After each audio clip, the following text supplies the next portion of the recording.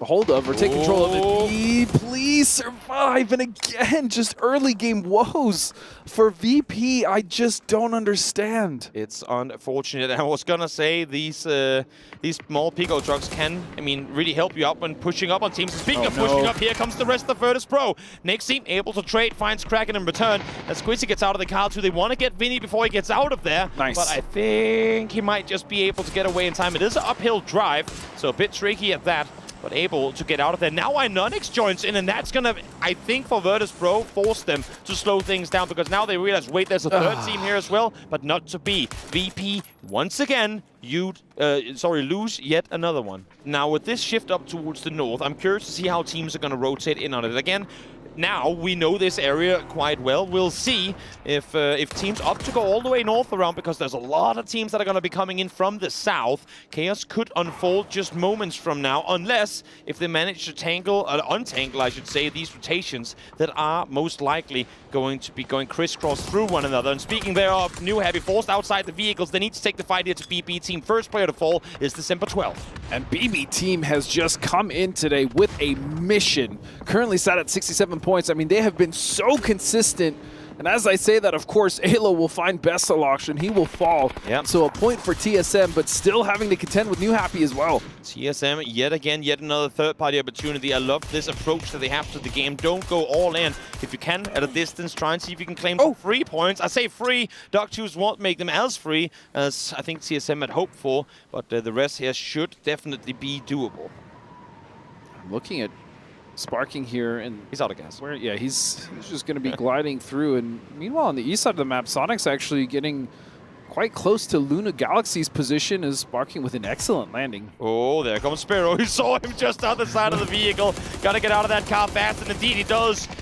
Take some shots at him at a fast. We're actually down to really low HP, trying to wrap back towards the eastern side, but instantly after Philfirst on the rock, Sparking needs some help. Philfirst also could be in trouble here, but yes, mainly it's going to be Sparking now that has to defend. The nade coming through. Unfortunately, Philfirst will not go down, but Alo will find the knock. Yep. In the meantime, All Gaming Globals, T finds a double onto Danawa. That's elsewhere on the map on the southeastern, northwestern side of where we are currently positioned. Spiro from the car with the double. This vehicle can tank 1 or 2 more bullets before it'll blow up, but it does not mean that Spiro won't drive in it. He'll do so, find 2 knocks onto TSM, and what looked to be a fight going completely the way of TSM is now starting to go against them. Somewhat in shambles, and BB Team, what a good turnaround on this fight. Initially, it did not look good for them at all. Now, Alo getting shot in the back. That nade will cruise past him, and so he will be able to heal in the smoke, but he is all but alone at this point. Tricky position for him to be in. He does have Purdy alive, but he's much further towards the north. They're miles out into the blue, and in just about 20 seconds, phase 4 will pop, and it'll start hurting a lot more to be in this position. EWC lops the nade on into the smoke, flashed, has to back off. As Alo is trying to reposition, wants to get back in the car, wants to get the hell out of there, but it's not easy to try and make this move here. No, and as you stated, Purdy not really in a position at all to support this, and so BB, the last 2 members, just given free reign to get rid of the members of TSM. In the meantime, Danawa. What happened here? I don't know.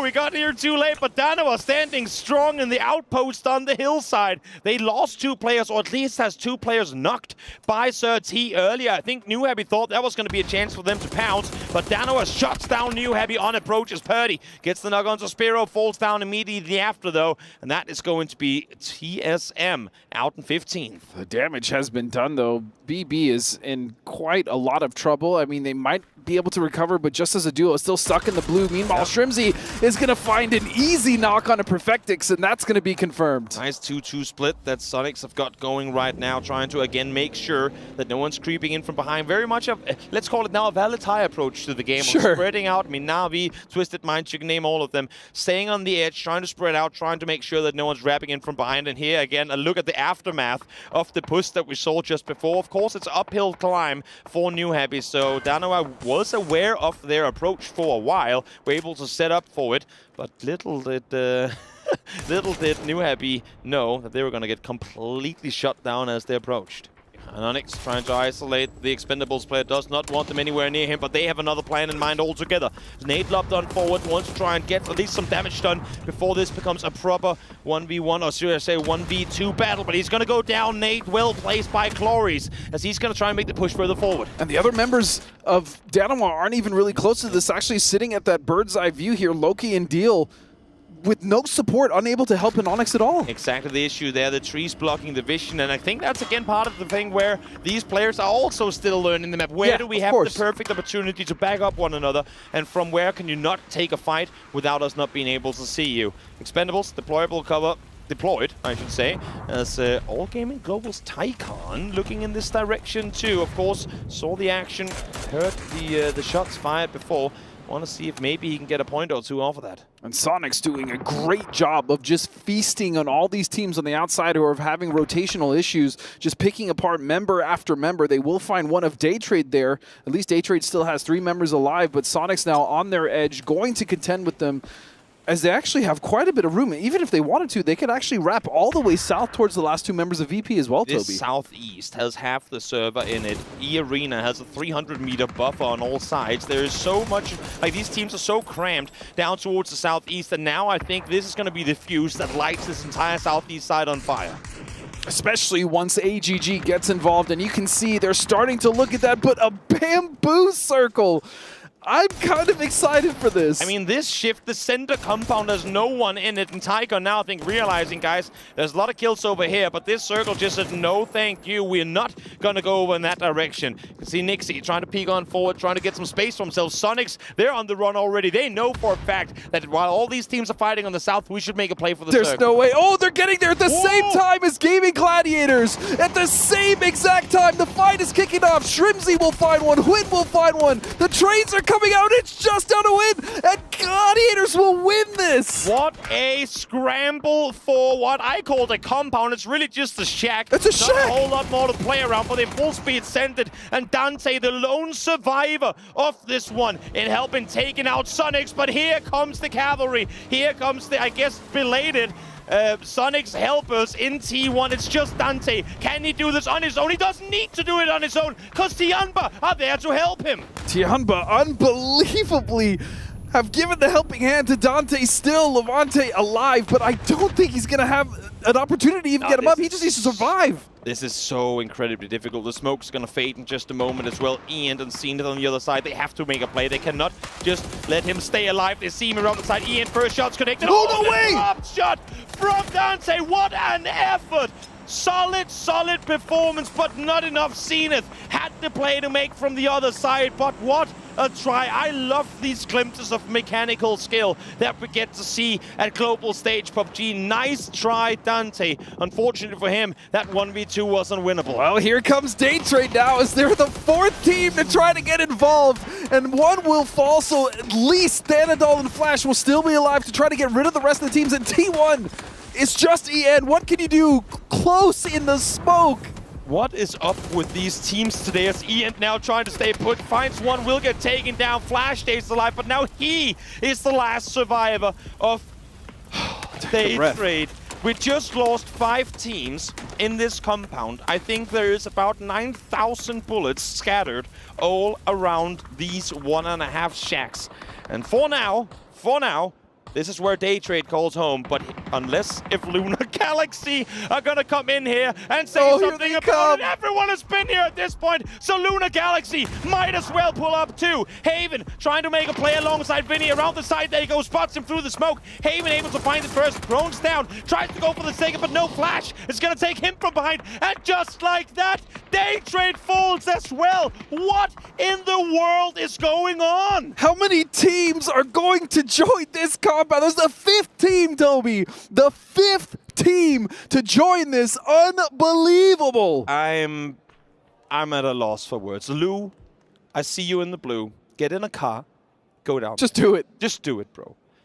And the worst thing is, we've just shifted the circle, so that's the only place All Gaming Global, E-Arena, and Tianba can really go to play from.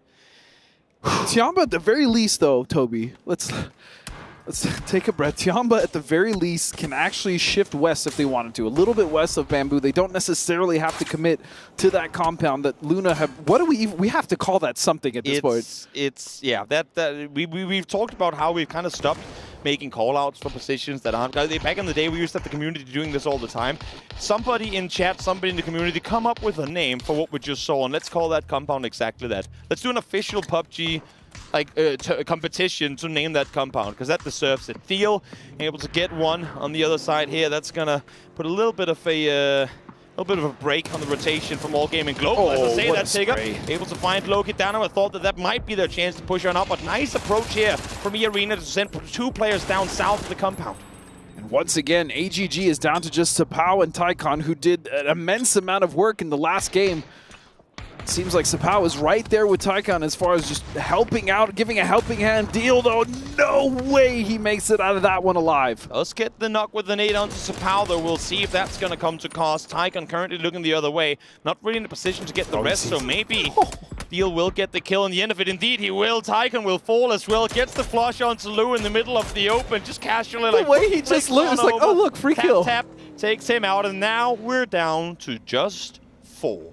Tiamba, though, what is their move? Will they, in fact, go a little bit to the west, or will they just try to take this compound from Luna Galaxy? As you see, E-Arena now starting to flex out toward the east side of this, and they do have a nice ridge to work with in order to take angles onto either Petrichor, Luna, or Tiamba. So this really is a big opportunity for E-Arena to get some much-needed points. Sure is. Sure is. Petrichor with the high ground still left to work with, but as you can see here as well, every time they peek on over, E-Arena is there ready to shoot at them. They have managed to get all their players up towards the northern side here, but we'll see how much they can make of it. 3 guys kind of sat on top of one another for E-Arena right now. A bus and a rock for cover. Not too much to work with.